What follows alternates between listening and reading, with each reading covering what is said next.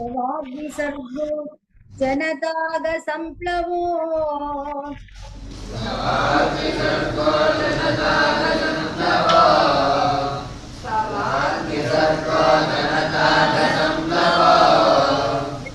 प्रति श्लोकमबद्धवत्यपि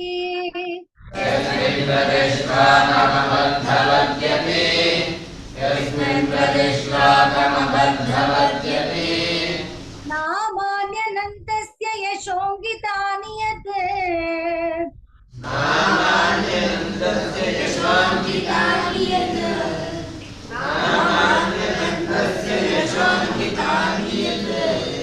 शृण्वन्ति गायन्ति गृह्णन्ति साधवः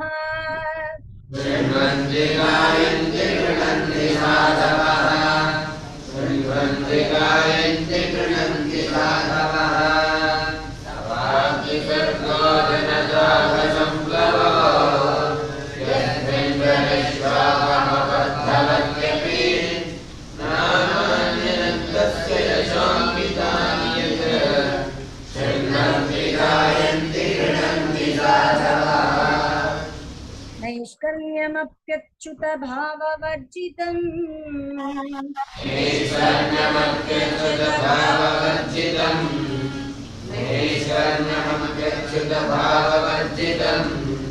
न शोभते ज्ञानमलं निरञ्जनम्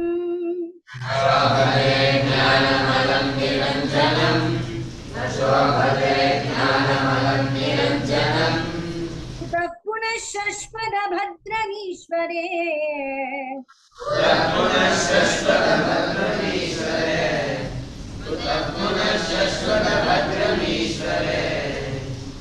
न ह्यर्पितं कर्म यदप्यनुत्तमम्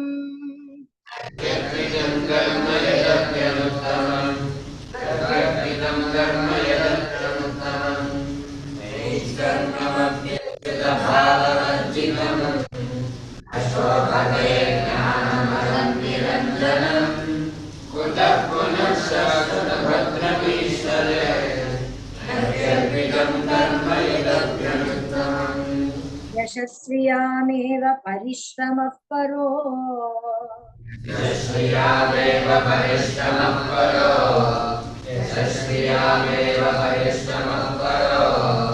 वर्णाश्रमाचार तपस्सुतादिषु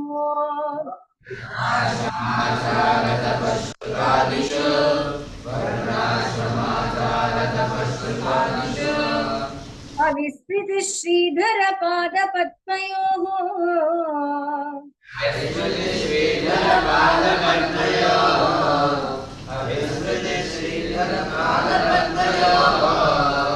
पुनानुवाद श्रवणादिभिर्हरेः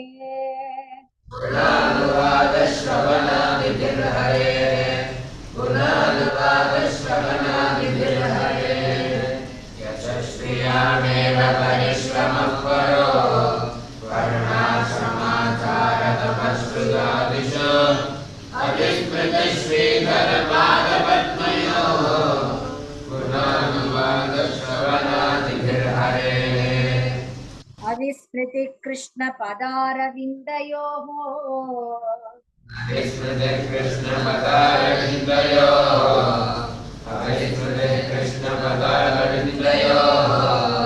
विमोच्य भद्राणि शमं तनोति च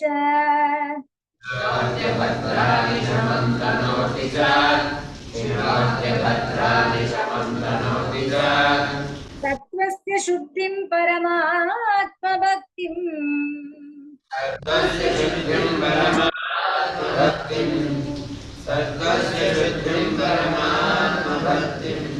ज्ञानं च विज्ञानविरागयुक्तम्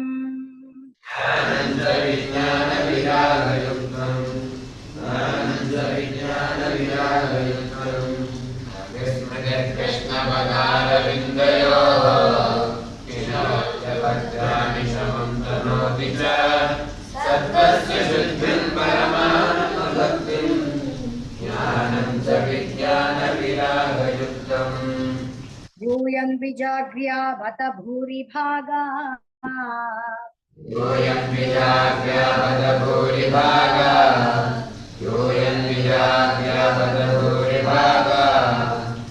यच्छश्वदात्मन्यखिलात्मभूतम् यच्छश्वदात्मन्यखिलात्मभूतम् यच्छश्वदात्मन्यखिलात्मभूतम् नारायणं देवमदेवमीशम् नारायणं देवमदेवमीशम् नारायणं देवमदेवमीशम् अजस्रभाव भजता विवेश्य अजस्रभाव भजता विवेश्य अजस्रभाव भजता विवेश्य सोऽयं विजात्य पदभूरिभावा यच्छश्वदात्मन्यखिलात्मभूतम् नारायणं देवमदेवमीशम् अजस्रभाव भजता विवेश्य अहं च संस्मारित आत्मतत्त्वम् अहं च संस्मारित आत्मतत्त्वम् अहं च संस्मारित आत्मतत्त्वम् श्रुतं पुरा मे परमर्षिवक्त्रात् पुरा मे परमर्षिवक्त्रात् श्रुतं पुरा मे परमर्षिवक्त्रात्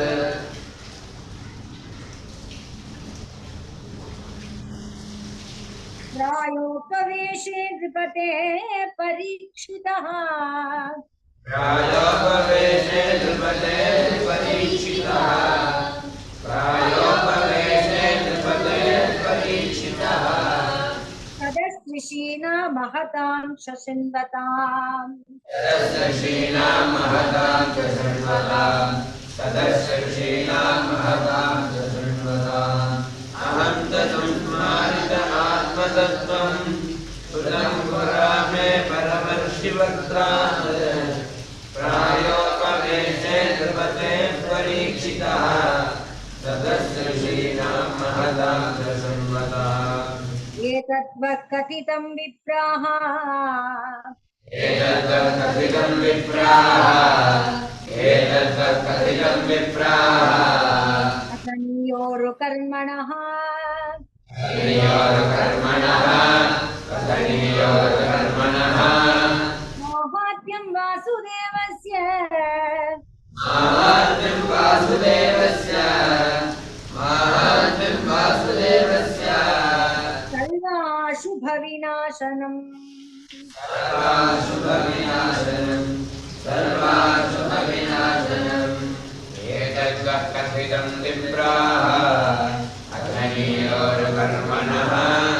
माहात्म्यं वासुदेवस्य सर्वाशुभविनाशनम् य एवं श्रावये नित्यम् एवं श्रावये नित्यम् य एवं श्रावये नित्यम् याम् अक्षणम् अनन्यधीः यामक्षरम् अनन्यधीः यामक्षरम् अनन्यधीः श्रद्धावान् यो अनुशृणुयात् श्रद्धावान् यो अनुशृणुयात् श्रद्धावान् यो अनुशृणुयात् आत्मानमेव च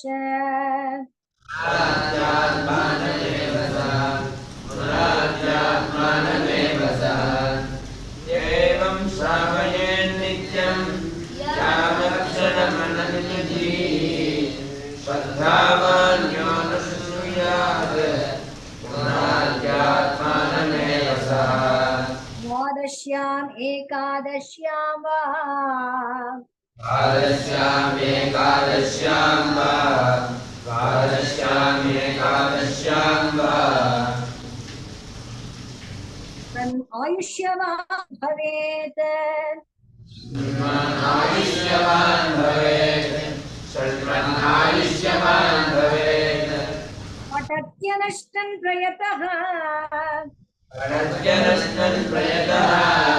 पठत्यनष्टन् प्रयतः ततो भवत्यपातके भवत्यपादकी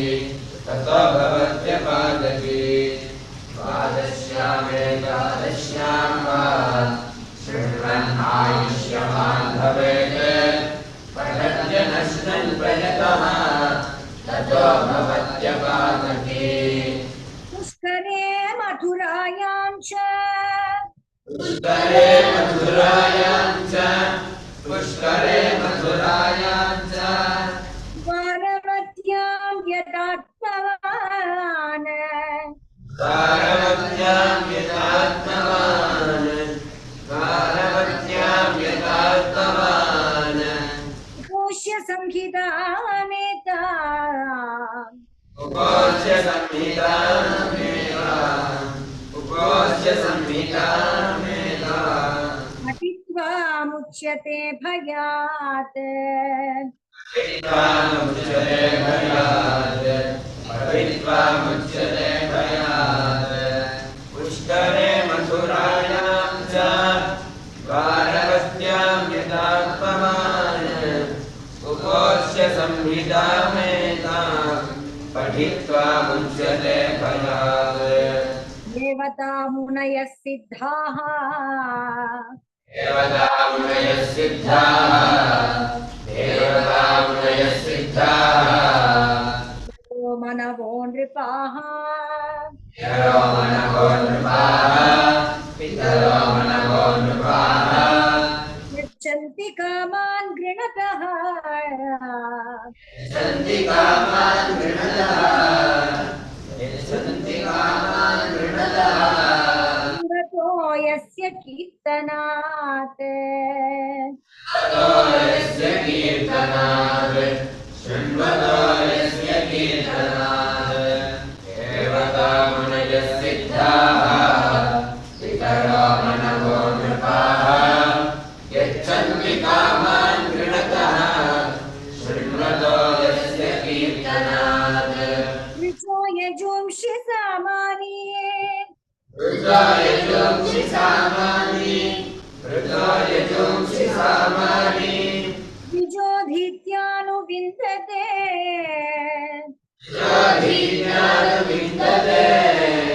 विन्दते विन्दते मधुकुल्या घृतकुल्याः मधुकुल्या घृतकुल्याः मधुकुल्या घृतकुल्याः पयकुल्याश्च तत्फलम् पयकुल्याश्च तत्फलम् पयकुल्याश्च तत्फलम् ऋचो यजुंषि सामानि द्विजोधीज्ञानुविन्दते मधुकुल्या घृतकुल्याः पयकुल्याश्च तत्फलम् पुराणसंहिताम् एताम् पुराणसंहितामेताम् पुराणसंहितामेताम् अधीत्य प्रयतो द्विजः अधीत्य प्रयतो द्विजः अधीत्य प्रयतो द्विजः प्रोक्तं भगवता यतो प्रोक्तं भगवता यतो प्रोक्तं भगवता यतो तत्पदं परमं व्रजेत् तत्पदं परमं व्रजेत् तत्परं परमं व्रजेत् पुराणसंहितामेताम् अधीत्य प्रयतो द्विजः प्रोक्तं भगवता यतो तत्पदं परमं व्रजेत् विप्रोदीत्या प्रियात् प्रज्ञान् विप्रोधीत्यात्मयात् प्रज्ञाम् विप्रोधीत्यात्मयात् प्रज्ञाम् राजन्योद्यधिमेखलाम् राजन्योदधिमेखलाम् राजन्योदधिमेखलाम् वैश्योनिधिपतित्वं च ईश्वरनिधिपतित्वं च वैश्वरनिधिपतित्वं च शुद्ध्येत पातकात् शूद्रशुद्धेन पातकात् शूद्रशुद्धेन पातकात् विप्रोधीत्यात्मयात् प्रज्ञात् राजन्योदधिमेखलाम् वैश्वनिधिपतित्वं च शूद्रशुद्धेन पातकात्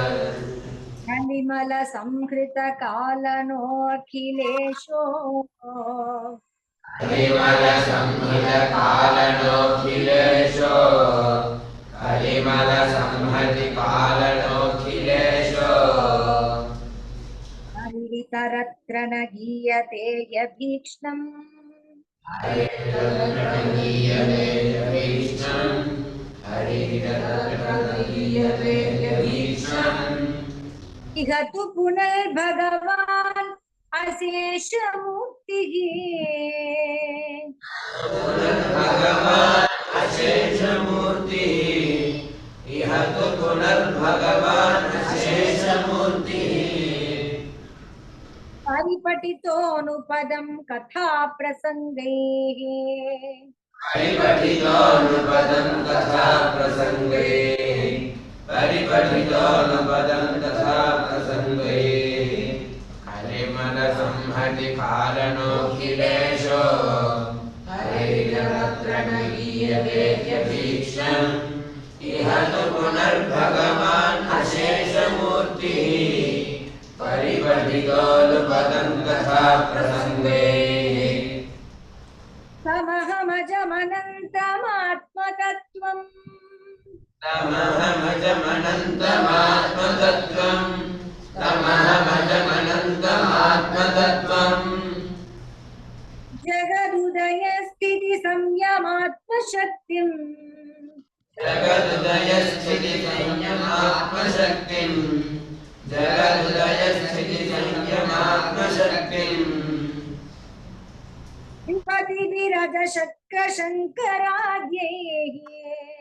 युपतिभिरजशक्रशङ्कराद्यैः युपतिभिरजशक्रशङ्कराद्यैः युपतिभिरजशक्रशङ्कराद्यैः युपतिभिरजशक्रशङ्कराद्यैः युपतिभिरजशक्रशङ्कराद्यैः दुरवसितस्तवम् अच्युतं नतोऽस्मि दुरवसितस्तवमच्युतं नतोऽस्मि दुरवसितस्तवमच्युतं नतोऽस्मि तमहमजमनन्तमात्मतत्त्वम् जगदुदयस्थितिसंयमात्मशक्तिम् युपतिभिरजशक्रशङ्कराद्यैः दुरवसितस्तवमच्युतं नतोऽस्मि उपचित नवशक्ति विश्वात्मनि उपचित नवशक्ति विश्वात्मनि उपचित नवशक्ति विश्वात्मनि उपरचित स्थिर जङ्गमालयाय उपरचित स्थिर जङ्गमालयाय उपरचित स्थिर जङ्गमालयाय भगवत उपलब्धि मात्रदाम्ने भगवत उपलब्धि मात्रधाम्ने भगवत उपलब्धि मात्रधाम्ने सुरऋषभाय नमः सनातनाय सुरऋषभाय नमः सनातनाय सुरऋषभाय नमः सनातनाय उपचित नवशक्ति विश्वात्मनि उपरचित स्थिर जङ्गमालयाय भगवत उपलब्धि मात्रधाम्ने सुरऋषभाय नमः सनातनाय स्वसुख निवृत चेताः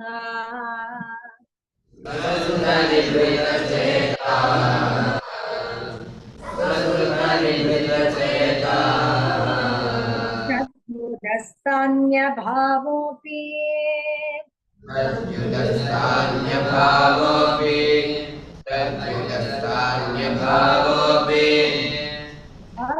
अवितरुचिरलीला अजितरुचिरलीला अजितरुचिरलीला कृष्णसारस्तदीयम्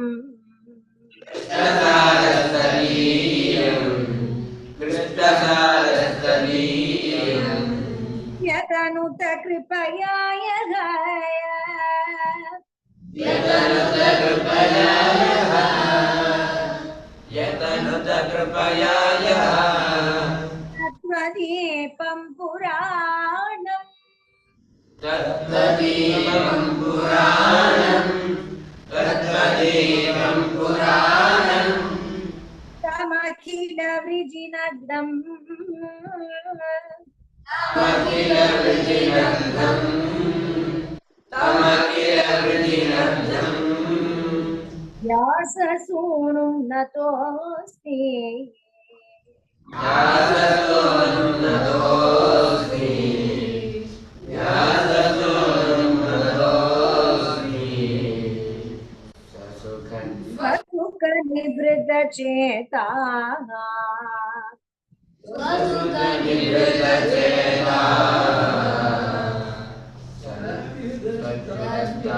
भावोऽपि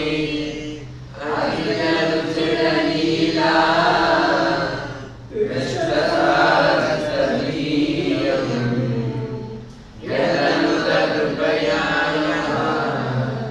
तत्त्वदीपं पुराणं तमखिलविजिनग्धम् व्याससूनुं नतोऽस्मि। इति श्रीमद्भागवते इति श्रीमद्भागवते महापुराणे महापुराणे पारमहंस्यां संहितायां पारमहंस्यां संहितायां द्वादशस्कन्धे